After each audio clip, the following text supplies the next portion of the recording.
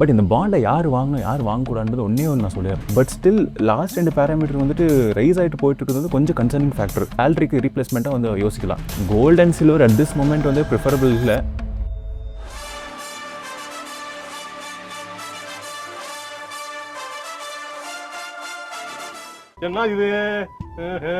போன வீடியோவில் வந்துட்டு ஒரு கார்பரேட் பாண்டில் எப்படி இன்வெஸ்ட் பண்ணுறதுன்னு பார்த்துருந்தோம்.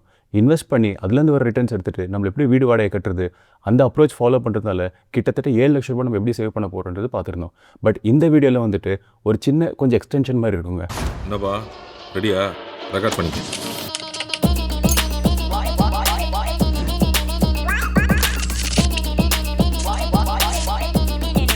கார்பரேட் பாண்டை நீங்கள் சூஸ் பண்ணும்போது ரொம்ப கிரிட்டிக்கலான ப்ராடக்ட்டை மட்டும் தான் நீங்கள் சூஸ் பண்ணணும். நீங்கள் என்னென்னா டேட்டாவை வந்து ப்ராப்பராக அனலைஸ் பண்ண விட்டிங்கன்னா அது வந்து உங்களுக்கு டேஞ்சராக மாறும். அதனால நான் சொல்கிற எல்லா பாயிண்ட்டும் மைண்டில் வச்சுட்டு க்ளீனாக வந்துட்டு ஒரு ஸ்டடி பண்ணிவிட்டு அப்புறமா வந்துட்டு அந்த கார்பரேட் பாண்டை சூஸ் பண்ணுங்க. ஏமாந்துடாதீங்க, பி கேர்லெஸ். ஃபர்ஸ்ட் திங், ஒரு கார்பரேட் பாண்டை சூஸ் பண்ணுறதுக்கு முன்னாடி கார்பரேட் பாண்டை என்ன தெரிஞ்சுக்கலாம். ஒரு சிம்பிள் வேர்ட்ஸ் சொல்லணும்னா, ஒரு கம்பெனி நம்ம கிட்ட கடன் வாங்குறதுன்னு வச்சுக்கலாம். ஒரு எக்ஸாம்பிள் எடுக்கிறேன். ஒரு கம்பெனிக்கு ஒரு 500 கோடி ரூபாய் தேவை. அவங்க பிஸ்னஸ்க்கு பயன் பண்ணுறதுக்கு இருக்கலாம், இல்லை வந்துட்டு இன்ஃப்ராஸ்ட்ரக்சர் டெவலப் பண்ணுறதுக்கு இருக்கலாம். அவங்க இந்த 500 கோடி ரைஸ் பண்ணணும்னா மல்டிபிள் ஆப்ஷன்ஸ் இருக்குது. ஒன்று வந்துட்டு பேங்க் அப்ரோச் பண்ணி லோன் எடுக்கலாம், which is very complicated process. ரெண்டாவது வந்துட்டு ஐபிஓவில் என்ட்ரு ஆகி ஸ்டாக் மார்க்கெட்டில் என்ட்ரு ஆகி அவங்க ஸ்டாக்ஸை விற்று அந்த ஃபண்டை ரைஸ் பண்ணலாம். பட் தேர்ட் ஆப்ஷன் அவங்களுக்கு என்னென்னா கார்பரேட் பாண்ட்ஸ். அவங்க என்ன பண்ணுவாங்கன்னா, இந்த காசு வந்து பப்ளிக் கிட்ட வாங்கிட்டு இது கடனை அவங்க கன்சிடர் பண்ணிட்டு அவங்க கொடுத்த கடனுக்கு வந்துட்டு ஒரு small amount of interest rates கொடுப்பாங்க. ஆனால் இதில் நம்ம தெரிஞ்சுக்க வேண்டிய விஷயம் என்னென்னா, ஒரு பேங்க் ஒரு இன்ஸ்டியூஷனுக்கு கடன் கொடுக்குறதும் நாம் ஒரு இன்ஸ்டியூஷன் கடன் கொடுக்குறது ரொம்ப வித்தியாசம் இருக்குது. ஃபார் எக்ஸாம்பிள், நீங்களே ஒரு லோன் எடுக்கிறீங்கன்னு வைங்க. பேங்க் வந்துட்டு சும்மா நீங்கள் கேட்டு உடனே டக்குன்னு லோன் எடுத்து கொடுத்துறாது. அவங்க வந்து each and every data point study பண்ணுவாங்க. நீங்கள் எந்த கம்பெனியில் ஒர்க் பண்ணுறீங்க, உங்கள் சேலரி என்ன, உங்களுக்கு எக்ஸிஸ்டிங் லோன் இருக்கா, எக்ஸிஸ்டிங் லோன் இருந்தால் நீங்கள் எப்படி அது இஎம்ஐ பே பண்ணுறீங்க, பாஸ் ஹிஸ்ட்ரி என்ன, எல்லாத்தையும் ஸ்டடி பண்ணிட்டு மட்டும்தான் உங்களுக்கு லோன் கொடுப்பாங்க. ஆனால் இந்த கேஸில் வந்துட்டு நம்ம கொஞ்சம் விஷயத்தை மட்டும் தான் ஸ்டடி பண்ணிவிட்டு ஒரு ஓப்பனாக வந்துட்டு ஒரு கம்பெனிக்கு வந்துட்டு லோன் கொடுத்துருக்கோம். பிரச்சனை ஏதாவது வருமோ? நம்ம கார்பரேட் பாண்ட் எங்கே வாங்குறது, எப்படி வாங்குறதுன்னு பார்க்குற முன்னாடி ஒரு 2 டேர்மை இன்ட்ரடியூஸ் பண்ணுறேன். ஃபர்ஸ்ட் திங் வந்துட்டு கூப்பன் என்ன வந்துட்டு நீங்கள் எவ்வளோ ரூபாய் வந்து கடனாக கொடுக்குறீங்களோ அதுக்கு அவங்க ஃபிக்ஸ்ட் இன்ட்ரெஸ்ட்டாக என்ன கொடுக்குறாங்களோ அதுதான் கூப்பன்னு சொல்லுவாங்க. செகண்ட் திங் வந்துட்டு YTM. ஸோ YTM என்னென்னா வந்துட்டு நீங்கள் என்ன அமௌண்ட்டுக்கு பாண்ட் வாங்குறீங்கன்னு. சர்டன் கேஸில் வந்துட்டு மார்க்கெட் கொஞ்சம் டவுனாக இருந்துச்சு, கம்பெனிக்கு ரொம்ப சீக்கிரம் காசு தேவைன்னா அவங்க 1 லட்ச ரூபாய் பாண்ட் வந்துட்டு 90,000 விற்பாங்க. ஸோ இங்கே பார்த்தீங்கன்னா நீங்கள் இனிஷியலே வந்துட்டு 10,000 ரூபாய் சேவ் பண்ணிட்டீங்க. ஆனால் நீங்கள் 90,000 ரூபாய்க்கு இன்ட்ரெஸ்ட் வருமானா இல்லை, 1 லட்ச ரூபாய்க்கு தான் இன்ட்ரெஸ்ட் வரும். பட் இன்னும் சர்டன் கேஸில் என்ன ஆகும்னா 1 லட்ச ரூபாய் பாண்டை 1,10,000 ரூபாய் விற்பாங்க. இது என்னென்னா வந்துட்டு கம்பெனி வந்து ஆல்மோஸ்ட் ஒரு 90% டார்கெட் ரீச் பண்ணிட்டாங்க. இப்போ அவங்களுக்கு அர்ஜென்ட்டாக காசு தேவைப்படாதுன்னா அவங்க என்ன பண்ணுவாங்க, டிமாண்ட் ஜென்ரேட் பண்ணுறதுக்காக அவங்க என்ன பண்ணுவாங்கன்னா பாண்டை வந்துட்டு ப்ரீமியம் பாண்டை மாற்றிடுவாங்க. அப்போ என்ன ஆகும்னா நீங்கள் 1 லட்ச ரூபாய் பாண்டை 1,10,000 ரூபாய்க்கு நீங்கள் வாங்குவீங்க. இன் போத் த கேசஸ் 90 ஆகட்டும் 1,10,000 ஆகட்டும் உங்களுக்கு இன்ட்ரெஸ்ட் ரேட் என்ன சார்ஜ் பண்ணுவாங்கன்னா 1 lakh தான் சார்ஜ் பண்ணுவாங்க. ஆனால் நீங்கள் டென்யூர் முடிஞ்சிட்டு உங்களுக்கு ரிட்டர்ன்ஸ் என்ன வரும்னா 1 லட்சம் தான் வரும். இதுதான் வந்து 2 டிஃப்ரென்ஸ். ஸோ இந்த YTM இன்னும் கொஞ்சம் க்ளீனாக அண்டர்ஸ்டாண்ட் பண்ணுறதுக்காக ஒரு 3 எக்ஸாம்பிள் எடுத்து பேசலாம். இதுக்கு முன்னாடி சொன்ன மாதிரி ஒரு 1 லட்ச ரூபா பாண்டை நீங்கள் 1 லட்ச ரூபா தான் கொடுத்து வாங்குறீங்கன்னு வச்சுக்கலாம். வருஷத்துக்கு அவங்க 8% சொல்லி இன்ட்ரெஸ்ட் கொடுக்கும்போது எவ்ரி இயர் வந்துட்டு உங்களுக்கு 8,000 ரூபாய் வரும். ஸோ 5 வருஷத்தில் நீங்கள் பார்த்தீங்கன்னா 40,000 ரூபாய் இன்ட்ரெஸ்ட்டும் மெச்சூரிட்டி ஆனப்பறம் உங்களுக்கு 1 லட்ச ரூபாய் ரிட்டர்ன் வந்துடும். இங்கே நீங்கள் பார்த்தீங்கன்னா உங்களோட கூப்பன் ரேட்டு 8% இருந்துச்சு. YTM ஒன்றும் மாறல, உங்களுக்கு 8% வருஷம் கொடுத்துட்டு போகிறாங்க. வருஷம் முடிஞ்ச உடனே உங்களுக்கு 1 லட்ச ரூபாய் என்ன கொடுத்தீங்கன்னா அது ரிட்டர்ன்ஸ் வந்துருச்சு. அப்போது YTM வேல்யூ கூப்பன் வேல்யூ சேமாக இருக்கும். அப்போ இது YTM அண்ட் கூப்பனை நியூட்ரல்னு சொல்லுவாங்க. செகண்ட் கேஸ் பார்த்தீங்கன்னா டிஸ்கவுண்டட் ப்ரைஸ். இந்த நீங்கள் கேஸில் பார்த்தீங்கன்னா நான் இதுக்கு முன்னாடி சொன்ன மாதிரி ஒரு 1 லட்ச ரூபா பாண்டை நீங்கள் 90,000 ரூபாய்க்கு வாங்கிருக்கீங்க. இங்கே நீங்கள் பார்த்தீங்கன்னா ஃபஸ்ட்டே வந்து நீங்கள் ஒரு 10,000 ரூபாய் சேவ் பண்ணியிருக்கீங்க. ப்ளஸ் 1 லட்சத்துக்கான அவங்க 8,000 ரூபாய் நீங்கள் இன்ட்ரெஸ்ட்டாக அர்ன் பண்ணிருக்கீங்க. இது ஓவராலாக நீங்கள் ப்ராஃபிட் கேல்குலேட் பண்ணிங்கன்னா 40,000 + 10,000 உங்களுக்கு வரும்போது 50,000 அர்ன் பண்ணிருக்கீங்க. இதை வந்துட்டு YTM வந்துட்டு பாசிட்டிவ் சைடில் இருக்குன்னு சொல்லுவாங்க. ஸோ YTM வேல்யூ வந்துட்டு கூப்பன் வேல்யூவோட அதிகமாக இருக்கும். தேர்ட் கேஸ் பார்த்தீங்கன்னா ப்ரீமியம் கேஸ். இங்கே நீங்கள் பார்க்குறீங்கன்னா 1 லட்ச ரூபாய் பாண்டை நீங்கள் 1,10,000 ரூபாய் கொடுத்து வாங்குறீங்க. இந்த ஸ்டேஜில் வந்து நீங்கள் 10,000 ரூபாய் ஆல்ரெடி லூஸ் பண்ணிட்டீங்க. ப்ளஸ் அந்த 1 லட்சத்துக்கு மட்டும்தான் அவங்க இன்ட்ரெஸ்ட் ரேட் கொடுப்பாங்க. ஸோ வருஷம் நீங்கள் இன்ட்ரெஸ்ட் ரேட் என்ன அர்ன் பண்ணுவீங்கன்னா 8,000 ரூபாய் அர்ன் பண்ணுவீங்க. 5 வருஷத்துக்கு 40,000 ரூபாய் அர்ன் பண்ணுவீங்க. பட் நீங்கள் ஸ்டார்டிங் அந்த லூஸ் பண்ண 10,000 ரூபாய் வந்துட்டு உங்களுக்கு நெகட்டிவ் சைடில் முடியும். அதனால வந்துட்டு YTM வேல்யூ வந்துட்டு கூப்பன் வேல்யூ விட மைனஸில் இருக்கும். எல்லாரும் என்ன ஏமாத்துறாங்க. ஸோ ஒரு பாண்டை ஸ்டடி பண்ணுறதுக்கான 2 இம்பார்ட்டன்ட் டேர்ம்ஸ் என்னென்னு பார்த்துக்கணும். நெக்ஸ்ட் வந்து ஒரு பர்டிகுலர் பாண்டை சூஸ் பண்ணலாம். பட் இந்த பாண்ட் வாங்குறதுக்கு மல்டிபிள் வெப்சைட்ஸ் இருக்குது. இந்தியா பாண்ட்ஸ் இருக்குது, கோல்டன் பைன் இருக்குது, விண்ட் வெல்த்னு இருக்குது.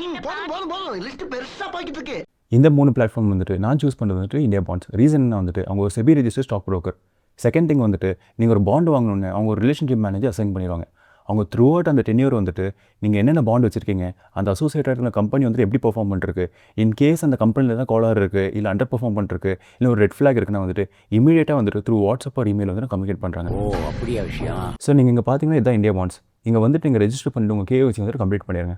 இது பண்ணால் மட்டும்தான் வந்துட்டு நீங்கள் நெக்ஸ்ட் ஒரு பர்டிகுலர் பாண்டை வந்துட்டு வாங்க முடியும். இங்கே வந்துட்டு மல்டிபிள் கேட்டகரிஸ் இருக்குது. அதில் ஒரு இம்பார்ட்டன்ட் கேட்டகரி வந்துட்டு ஸ்டேட் கேரண்டி. இதை பற்றி நம்ம போன வீடியோவில் பேசியிருந்தோம். ஒரு ப்ரைவேட் செக்டரை தாண்டி ஒரு கவர்மெண்ட் வந்துட்டு பப்ளிக் இடத்துல கடன் வாங்குது. Compare to private sector, government செக்டரில் வந்துட்டு அவங்க கடன் வாங்கும்போது அவங்க இன்ட்ரெஸ்ட் ரேட் வந்துட்டு கொஞ்சம் கம்மி ரேஞ்சஸ் தான் கொடுக்குறாங்க. ஸோ இங்கே பார்த்தீங்கன்னா 9.5 கொடுக்குறாங்க. வெரஸ் நீங்கள் ஒரு ப்ரைவேட் செக்டர்னு எடுத்துக்கிட்டீங்களா வந்து 12%, 11.25, 11.25, 11.2 டிஃப்ரெண்ட் கேட்டகரிஸ் கொடுக்குறாங்க. பட் ஒரு மெயின் டிஃப்ரென்ஸ் என்ன வந்துட்டு ஸ்டேட் கேரண்டி வந்து இன்னும் கொஞ்சம் நீங்கள் ட்ரஸ்ட் பண்ணலாம். சின்ஸ் அது கவர்மெண்ட் பேக் பண்ணுறதுனால உங்கள் மணி வந்துட்டு இன்னும் கொஞ்சம் செக்யூர்டாக இருக்கும்னு நம்பலாம். ஸோ அதனால் நீங்கள் பை டிஃபால்ட்டாக வந்துட்டு எனக்கு அவ்வளோ இன்ட்ரெஸ்ட் ரேட்டில் வந்துட்டு அவ்வளோ டிஃப்ரென்ஸ் ஒன்றும் அவ்வளோ பார்க்கல, நான் கொஞ்சம் செக்யூர்டாக இருக்கணும்னு தோணுனா நீங்கள் கவர்மெண்ட் பாண்ட்ஸ் வாங்கிட்டு போகலாம். இல்லை எனக்கு கொஞ்சம் ஹையர் ரேட் ஆஃப் இன்ட்ரெஸ்ட் வேணும்னா நீங்கள் ப்ரைவேட் செக்டரை பார்க்கலாம். பட் நீங்கள் ப்ரைவேட் கம்பெனி சூஸ் பண்ணும்போது மேண்டேட்டரியாக நான் சொல்ல போகிற விஷயத்தை எல்லாத்தையுமே ஸ்டடி பண்ணி தான் நீங்கள் சூஸ் பண்ணணும். ஸோ நாம் இங்கே ஒரு எக்ஸாம்பிள் எடுத்துக்கலாம். இங்கே நீங்கள் பார்த்தீங்கன்னா மல்டிபிள் டேட்டா பாயிண்ட்ஸ் இருக்குது உங்களுக்கு ஸ்டடி பண்ணுறதுக்கு. ஃபர்ஸ்ட் திங் என்ன பண்ணணும்னா வந்துட்டு நீங்கள் அந்த கம்பெனியோட ரேட்டிங் என்னென்னு பார்க்கணும். இங்கே பார்த்தீங்கன்னா நீங்கள் கேர் BBB+ கொடுத்துருக்காங்க. இந்த இடத்துல வந்துட்டு நீங்கள் AAA பார்க்கலாம், AA பார்க்கலாம், இல்லை ஏன்னு பார்க்கலாம். ஸோ இது என்ன AAA, BBBAன்னு பார்த்தீங்கன்னா இதெல்லாம் வந்துட்டு ரேட்டிங் கொடுக்குறாங்க. ஸோ இங்கே கேர்னு ஒன்று இருக்குது. நீங்கள் கேர்னு என்ன பார்த்தீங்கன்னா இது ஒரு ஏஜென்சி. ஸோ இந்த ஏஜென்சி என்ன பண்ணுவாங்கன்னா வந்துட்டு இந்த பர்டிகுலர் பாண்ட் லிஸ்ட் பண்ணுறதுக்கு முன்னாடி இந்த கம்பெனி எப்படி பெர்ஃபார்ம் பண்ணுறதுன்னு ஸ்டடி பண்ணுவாங்க.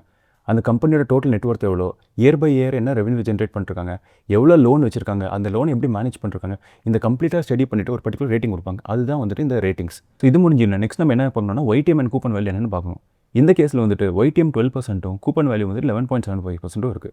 அப்போ என்னென்னா நீங்கள் 11.75% வந்துட்டு மந்த்லி ஒரு இயர்லி வந்துட்டு உங்களுக்கு இன்ட்ரெஸ்ட் ரேட்டாக வரும். ஸோ நெக்ஸ்ட் நீங்கள் என்ன பார்க்கணும் வந்து டைப் ஆஃப் செக்யூரிட்டி. இங்கே பார்த்தீங்கன்னா செக்யூர்டுன்னு இருக்குது. இந்த இடத்துல நீங்கள் அன்செக்யூர்டுன்னு பார்க்கலாம். செக்யூர்ட் பாண்ட்ஸ் என்ன வந்துட்டு இந்த கம்பெனி கடன் வாங்குறதுக்கு முன்னாடி அவங்க அசெட் எல்லாம் வந்துட்டு அடமானமாக வச்சிருக்காங்க. இன் கேஸ் வந்துட்டு கம்பெனி வந்துட்டு டிஃபால்ட் ஆயிடுச்சு இல்லை பேங்க்ரப்ட் ஆயிடுச்சுன்னா வந்துட்டு அவங்க அசெட் எல்லாம் வந்துட்டு அந்த காசை வந்து நம்ம திரும்ப கொடுத்துருவாங்க. ஸோ அதனால வந்துட்டு நீங்கள் எப்பவும் சூஸ் பண்ணும்போது செக்யூர்டான பாண்டை மட்டும் தான் சூஸ் பண்ணணும். நெக்ஸ்ட் திங் வந்துட்டு ரீபேமெண்ட் ப்ரியாரிட்டி. இங்கே வந்து சீனியர்னு மென்ஷன் பண்ணியிருக்காங்க.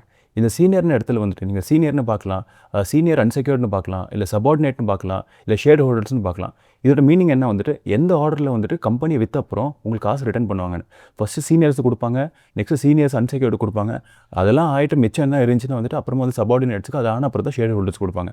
ஸோ அதனால வந்துட்டு நீங்கள் பாண்ட் சூஸ் பண்ணும்போதும் சீனியர் பாண்ட்ஸ் தான் நீங்கள் சூஸ் பண்ணணும். ஸோ இதை முடிஞ்சோடனே நெக்ஸ்ட் திங் வந்துட்டு நம்ம கம்பெனியோட ஃபினான்ஷியல் ஸ்டேட்டஸ் என்னென்னு பார்க்கணும். ஃபினான்ஷியல் பர்ஃபார்மன்ஸ் வந்தீங்கன்னா இங்கே மல்டிபிள் பேராமீட்டர்ஸ் இருக்குது. இது கொஞ்சம் டெக்னிக்கலாக இருக்கும். பட் இது நீங்கள் பாண்ட் சூஸ் பண்ணுறதுக்கு முன்னாடி இந்த டெக்னிக்காலிட்டியெல்லாம் தெரிஞ்சுக்கிட்டு அனலைஸ் பண்ணிட்டு மட்டும் தான் நீங்கள் சூஸ் பண்ணணும். ஸோ நீங்கள் ஃபர்ஸ்ட் பேராமீட்டர் என்ன பார்த்தீங்கன்னா AUM என்ன வந்துட்டு அசெட் அண்டர் மேனேஜ்மெண்ட். இந்த கம்பெனி வந்துட்டு எவ்வளோ பெரிய லோன் புக்கை மெயின்டைன் பண்ணிருக்கு. ஸோ இண்டிகேட் என்ன பண்ணுறதுன்னா வந்து இந்த கம்பெனி வந்துட்டு எவ்வளோ பெரிய கேம் ஆட்டிருக்குன்னு அர்த்தம். ஸோ நம்ம கிட்டேருந்து எவ்வளோ காசு வாங்கிட்டுருக்காங்க, அந்த காசு வச்சுட்டு அவங்க எப்படி கேம் ஆட்டிருக்காங்க, எப்படி அவங்க வந்து ரெவன்யூ ஜென்ரேட் பண்ணிருக்காங்கன்னு அர்த்தம். ஸோ இந்த நீங்கள் கேஸில் பார்த்தீங்கன்னா ஃபினான்ஷியல் இயர் 25 வந்துட்டு 2757 கோடி வச்சுருந்தாங்க. பட் நீங்கள் 26 பார்த்தீங்கன்னா ஆல்மோஸ்ட் வந்துட்டு 3000 கிட்ட ரீச் பண்ணிட்டாங்க, which is a positive sign. Second parameter என்ன நெட்வொர்த். இங்கே பார்த்தீங்கன்னா வந்துட்டு அந்த கம்பெனியோட மொத்த வேல்யூ என்னன்னு சொல்லுது. இது ஒரு நல்ல பாசிட்டிவ் சைடில் இருக்குது. இங்கே பார்த்தீங்கன்னா 2025 272 கோடி இருந்தது. ஆனால் 2026 வந்துட்டு 532 கோடியை மாற்றிருக்காங்க. ஆல்மோஸ்ட் டபுள் பண்ணியிருக்காங்க. இது வந்துட்டு ஒரு பாசிட்டிவ் சைன். நெக்ஸ்ட் பேராமீட்டர் வந்து ரெவன்யூ. இது வந்துட்டு ஒரு பர்டிகுலர் வருஷத்தில் வந்துட்டு அவங்க மொத்த ரெவன்யூ என்ன ஜென்ரேட் பண்ணிருக்காங்கன்னு இண்டிகேட் பண்ணுது. இங்கே நீங்கள் பார்த்தீங்கன்னா ஃபினான்ஷியல் இயர் 25 வந்துட்டு 35 கோடியும் 26 வந்து 65 கோடியும் பண்ணியிருக்காங்க. இது வந்துட்டு ஆல்மோஸ்ட் டபுளாக இருக்குது, which is a positive sign. So net worth revenue வந்துட்டு இந்த கேஸில் வந்துட்டு பாசிட்டிவ் சைடில் இருக்குது. நெக்ஸ்ட் இம்பார்ட்டன்ட் பேராமீட்டர் என்ன பார்த்தீங்கன்னா பேட். அவங்க ரெவன்யூ இன்க்ரீஸ் பண்ணிருக்காங்க, நெட்வொர்த் இன்க்ரீஸ் பண்ணிருக்காங்க. பட் இது ரெண்டு இன்க்ரீஸ் ஆகும்போது அவங்க ப்ராஃபிட் இன்க்ரீஸ் ஆகுதான்னு தெரியும். அதனால பேட்டர்ன் என்ன வந்துட்டு ப்ராஃபிட் ஆஃப்டர் டேக்ஸ். அவங்க ப்ராஃபிட் என்ன earn பண்ணுறாங்க, டேக்ஸ் எல்லாம் பே பண்ணிவிட்டு அவங்க செலவுங்கெல்லாம் முடிச்சுட்டு என்ன ப்ராஃபிட் வச்சிருக்காங்களோ அதுதான் வந்துட்டு பேட்டர்ன் சொல்லுவாங்க. இங்கே நீங்கள் பார்த்தீங்கன்னா வந்துட்டு ஃபினான்ஷியல் இயர் 25 வந்துட்டு ஒரு 28 லட்சம் தான் அவங்க ப்ராஃபிட் earn பண்ணியிருக்காங்க. பட் அதே 26 பார்த்தீங்கன்னா கிட்டத்தட்ட 9 கோடி அவங்க earn பண்ணியிருக்காங்க, which is a positive sign. Super collection.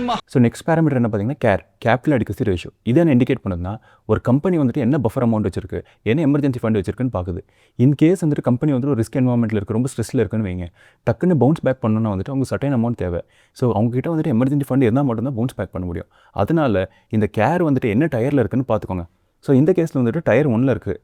Financial year 25 வந்து 33 கோடியும் ஃபினான்ஷியல் இயர் 26 47 கோடி வச்சிருக்காங்க, which is a positive sign. வருஷம் வந்துட்டு கம்மியாகக்கூடாது, கேர் வேல்யூ வந்து ஜாஸ்தியாகிட்டு போகணும். அப்போ என்னென்னா வந்துட்டு பிஸ்னஸ் எக்ஸ்பேண்ட் பண்ணிருக்காங்க, பட் அவங்க எமர்ஜென்சி ஃபண்ட் இன்க்ரீஸ் பண்ணிருக்காங்க, which is a positive sign. Next parameter பார்த்தீங்கன்னா GNPA, gross non performing asset. இது என்னென்னா வந்துட்டு கம்பெனி வந்துட்டு எவ்வளோ லோன் கொடுத்துருக்கு, அந்த கொடுத்த லோன் எவ்வளோ திரும்ப வராமல் இருக்குன்னு அந்த பர்சன்டேஜ். இந்த கேஸில் பார்த்தீங்கன்னா ஃபினான்ஷியல் இயர் 25 வந்துட்டு 0.15யும் ஃபினான்ஷியல் 26 வந்து 0.28 இருக்குது. பட் இயர் டு இயர் இவங்க இன்க்ரீஸ் ஆகிட்டு இருக்காங்க. ரிகவரி வந்துட்டு நமக்கு கொஞ்சம் ஸ்லோ ஆகிட்டு இருக்கு. அது கொஞ்சம் நெகட்டிவ் சைனில் இருக்குது. நெக்ஸ்ட் பேராமீட்டர் என்னன்னு பார்த்தீங்கன்னா NNPA. NNPA என்னென்னா வந்துட்டு நெட் நான் பெர்ஃபார்மிங் அசெட். ஸோ இதே என்ன இண்டிகேட் பண்ணுதுன்னா, ஒரு சிம்பிள் வேர்ட்ஸ் சொல்லணும்னா இந்த கம்பெனி எவ்வளோ வரைக்கும் லாஸ் பார்க்கலாம் அந்த பர்சன்டேஜ் வந்து இண்டிகேட் பண்ணுது. ஸோ ஆல்வேஸ் NNPA வந்துட்டு GNPA விட கம்மியாக இருக்கணும். இன்கேஸ் வந்துட்டு அது ரைஸ் ஆகிட்டே போகுது, NNPA வந்துட்டு GNPA விட ஜாஸ்தி போயிட்டே இருக்குன்னா கம்பெனி வந்து ரொம்ப டேஞ்சரான டைரக்ஷனில் மூவ் ஆகிட்டு இருக்குன்னு அர்த்தம். ஸோ இந்த பேராமீட்டர்ஸ்லாம் நமக்கு தெரிஞ்சிச்சு. இப்போ இந்த பேராமீட்டர்ஸ் வச்சு இந்த பர்டிகுலர் பாண்ட் வந்துட்டு நல்ல பாண்டா இல்லையான்னு டிசைட் பண்ணலாம். ஸோ நீங்கள் ஓவரால் இங்கே பார்த்தீங்கன்னா அவுட் ஆஃப் 7 பேராமீட்டர்ஸ் வந்து 5 பேராமீட்டர்ஸ் வந்து சாட்டிஸ்ஃபை ஆகுது. பட் ஸ்டில் லாஸ்ட் 2 பேராமீட்டர் வந்துட்டு ரைஸ் ஆகிட்டு போயிட்டு இருக்கிறது வந்து கொஞ்சம் கன்சர்னிங் ஃபேக்டர். ஸோ ஓவராலாக நீங்கள் பார்த்தீங்கன்னா வந்துட்டு இது நல்ல ஃபண்டு தான்.